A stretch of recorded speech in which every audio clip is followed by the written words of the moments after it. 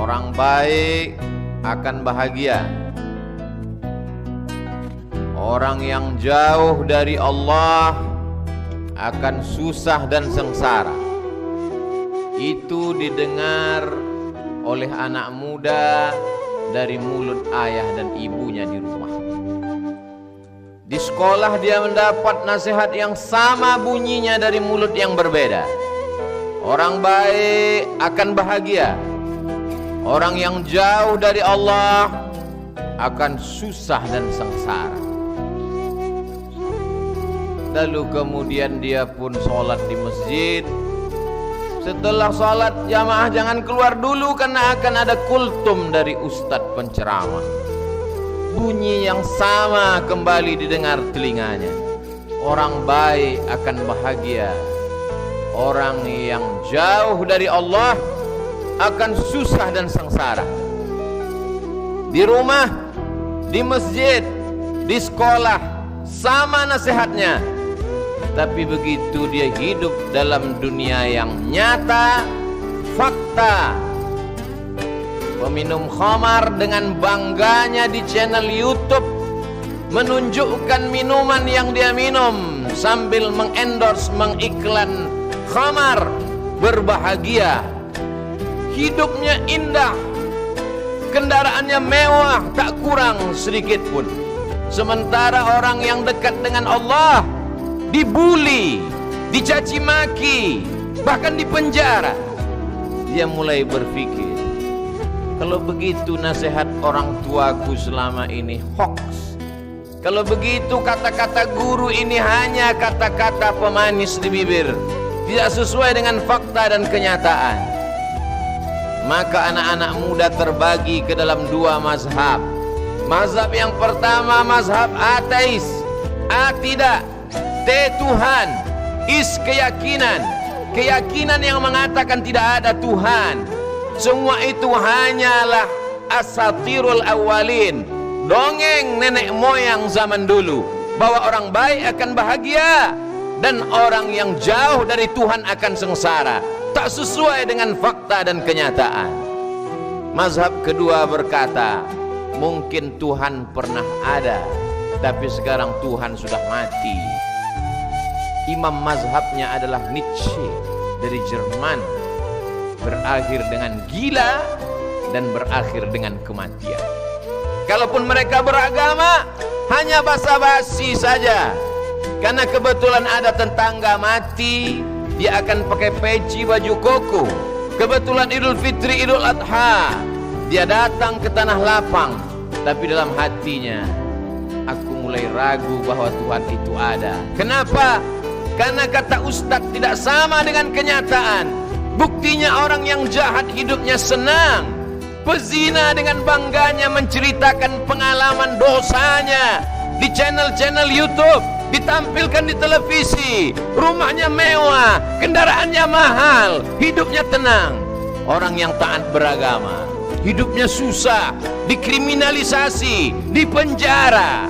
Mana janji orang tua? Mana janji ustaz? Jangan terlalu lugu menjelaskan tentang Allah kepada anak-anak kita. Karena perbuatan Allah tidak sesederhana yang kita bayangkan. Allah menjelaskan dalam Al-Quran, sanastadrijuhum min haitsu la ya'lamun wa umli lahum. Ada orang-orang yang kuulur jabatannya tinggi, wa umli lahum. Ada orang-orang yang kuulur hartanya banyak, wa umli lahum.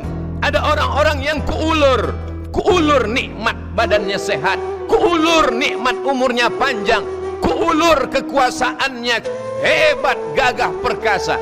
Inna kaidi matin. Tapi sesungguhnya dia sedang dalam tipu daya. Kalaulah sesederhana itu, orang yang dekat dengan Allah hidupnya bahagia, orang yang jauh dari Allah akan sengsara. Kalau logika itu yang dipakai, maka kalau begitu Fir'aun yang dekat dengan Allah, karena yang sengsara adalah Musa, terbuang dari istana Fir'aun. Kalau hidup dengan dekat dengan Allah senang, jauh dari Allah susah. Kalau begitu Ibrahimlah yang jauh dari Allah, karena dia yang susah akan dibakar oleh Namrus. Namruslah yang beruntung, bahagia. Tidak sesederhana itu menjelaskan tentang perbuatan Allah. Orang tua perlu lebih cerdas daripada anak. Ajarkan anak-anakmu ilmu tidak seperti ilmu engkau, karena anakmu hidup di zaman yang berbeda dengan zamanmu. Orang tua mesti cerdas, guru mesti cerdas, berpikir. Kenapa? Karena Allah memberikan kita akal, bukan mengulangi kata-kata orang zaman dulu. Orang zaman dulu tidak salah, ustadz, tuan guru, kiai, buya kita tidak salah, karena memang hidup mereka sesimpel dan sesederhana itu. Penyakit tidak selamanya kutukan. Kalau ada orang baik sakit, bukan kutukan. Sakit itu adalah cara Allah untuk membersihkan dosa-dosanya.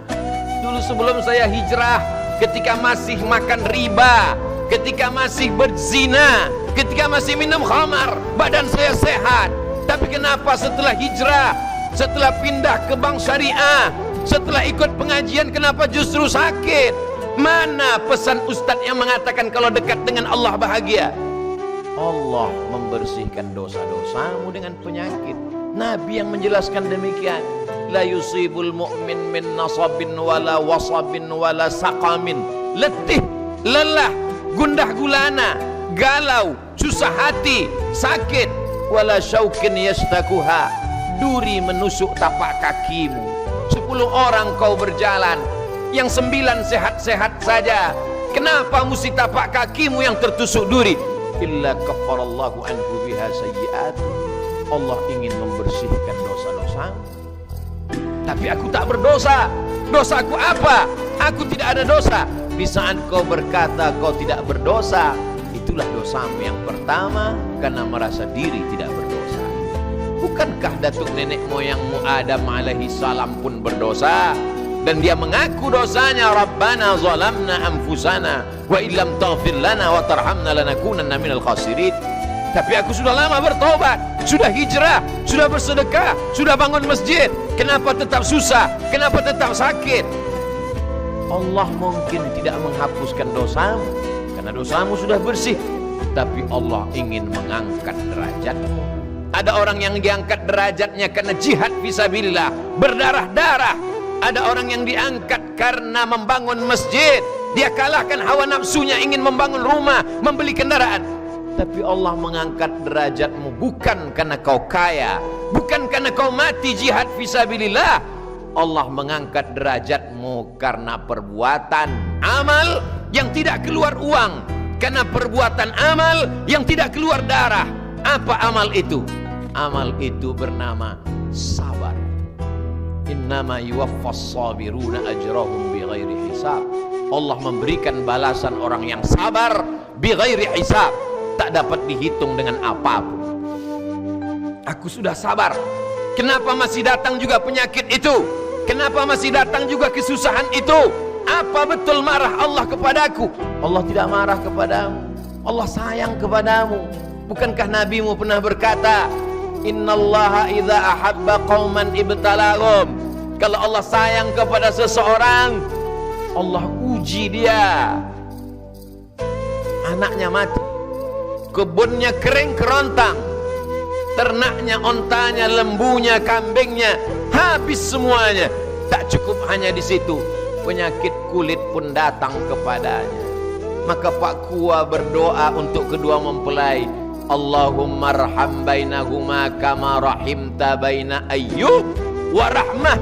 Sayangi kedua mempelai ini seperti kasih sayang Siti Rahmah kepada Ayyub. Mati anaknya, habis ternaknya, kering kerontang kebunnya, datang penyakit kulitnya.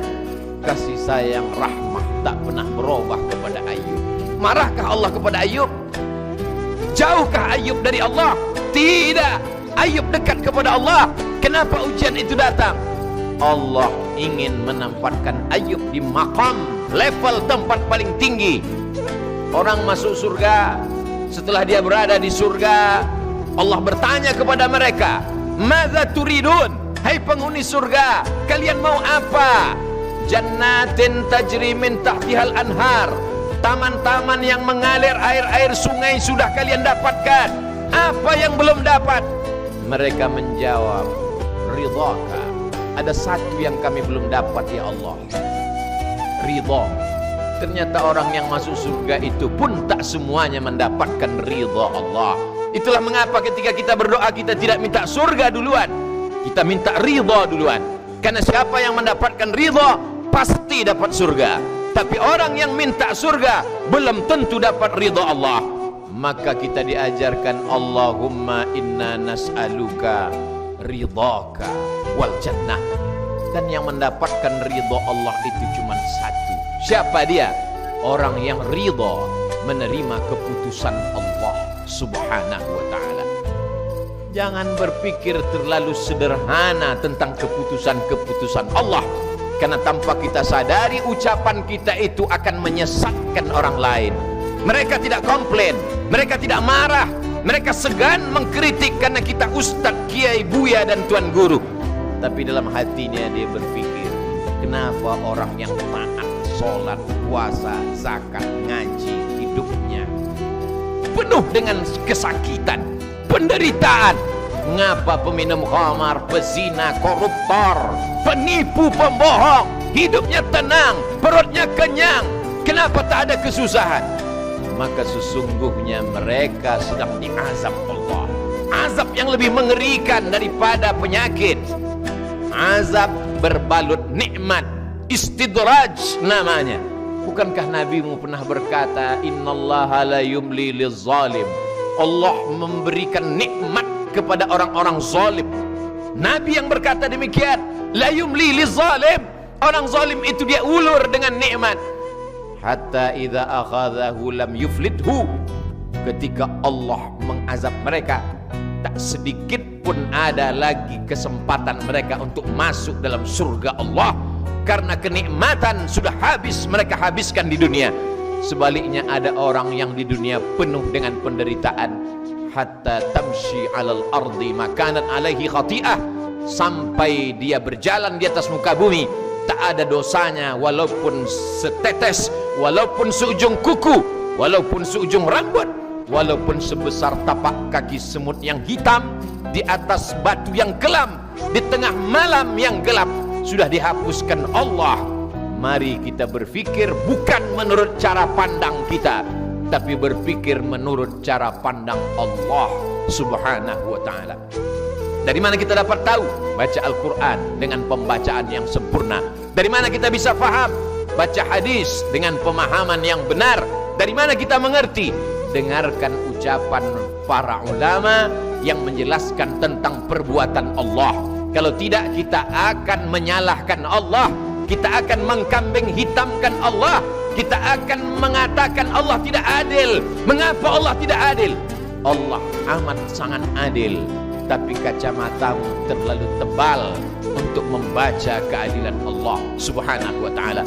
Makanya dalam hadis qudsi Allah berkata, ana inda husni zanni abdi bi. Aku menurut prasangka hambaku kepada aku.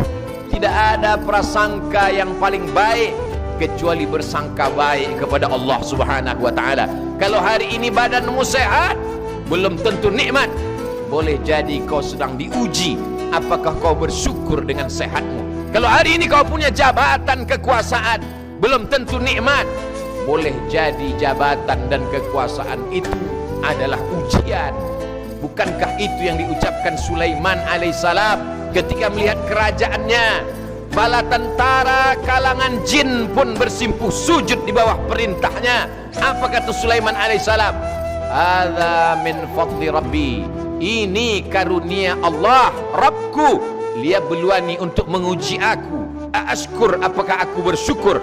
Am akfur, atau aku akan kufur? Sehat itu ujian, sakit pun ujian, berkuasa itu ujian, menjadi rakyat jelata pun ujian, menjadi kaya raya ujian, menjadi orang susah miskin papa pun ujian. Itulah pemahaman yang diajarkan dalam Islam. Wa nabluhum bisyarri wal khairi. Kami uji mereka dengan yang tidak baik, kami uji juga mereka dengan yang baik. Wa balawnahum bil hasanat. Kami uji mereka dengan hasanat. Tidak selamanya ujian itu dalam bentuk penyakit, tidak selamanya ujian itu dalam bentuk penderitaan. Hasanat, kebaikan-kebaikan itu pun juga ujian. Tapi berapa banyak orang berkata, ketika sehat nikmat, ketika sakit laknat, ketika berkuasa rahmat, ketika tidak berkuasa laknat. Pandangan kita sudah salah, berawal dari pandangan yang salah, dari telinga yang salah mendengar, kemudian kita salah berpikir, setelah itu kita salah berbicara dan salah berkata. Hari ini kita sedang lulus ujian sehat karena kita berada di rumah Allah. Keluar dari sini kita akan lulus ujian rezeki karena kita tetap berwakaf, berinfak dan bersedekah. Ke depan kita tetap lulus ujian anak karena kita mendidik mereka menjadi generasi yang Qur'ani.